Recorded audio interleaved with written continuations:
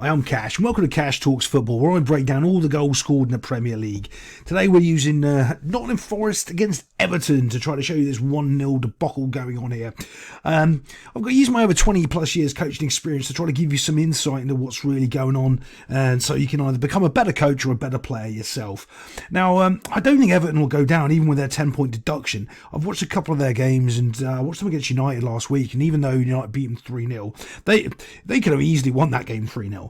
And they look like they've got a bit of fighting spirit. I know they've only just beaten Nottingham Forest, and I know it's only 1-0, but there's a lot of good things. By the way, Forest could have won this game just as easily.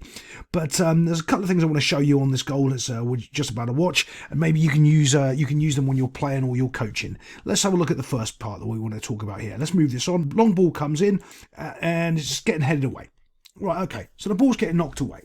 So, are we going to win the second ball? That's what you're going to ask yourself. Can you get to this second ball, and what can you do with it, right? Can you recycle the play?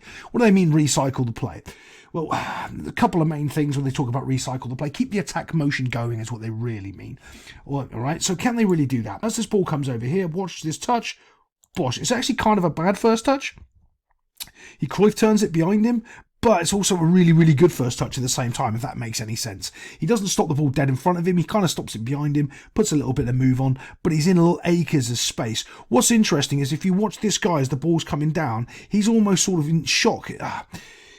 Deer in headlights or rabbit in car headlights is one of the phrases people use, and it happens quite a lot on football fields, and you'll probably see it as well. Now I could point it out to you where someone's receiving a ball and the other player doesn't exactly run and close them down. They do, but not immediately. There's like a little click. I'm going to click my fingers when I'm on the sideline, like, 1, 2, 1, 2, 1, 2. How quick are they not paying attention to when the ball's coming down? So as he goes, right? Does he keep pressuring the ball, going to win it, or does he stop?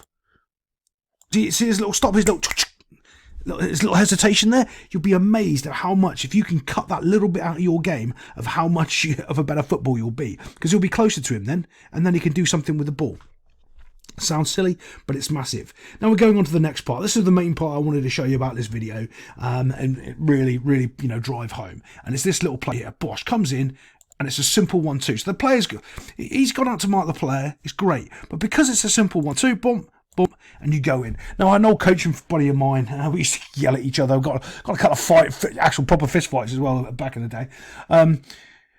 But he always used to have this one thing, and his teams used to religiously do it. You can't defend a good 1-2. He said, if it's a good 1-2, you cannot defend it. And you know what? I never really agreed or disagreed with him. I just sort of ummed and ahed because I never really had an opinion on it because it wasn't one of the things that my team's styles of play does.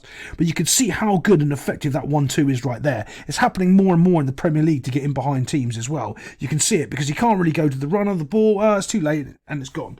Now, you can beat it when it's further on down the field with offsides and lots of other things, but when you're close into the box like that, it's really, really hard to beat or stop a good 1-2. They will just cut you open. So yeah, that's what's happened there. That's one of the points I wanted to show you. Off it goes, bump into the back post, and now he's going to receive the ball completely and lightly on his own. Look at this guy start panicking.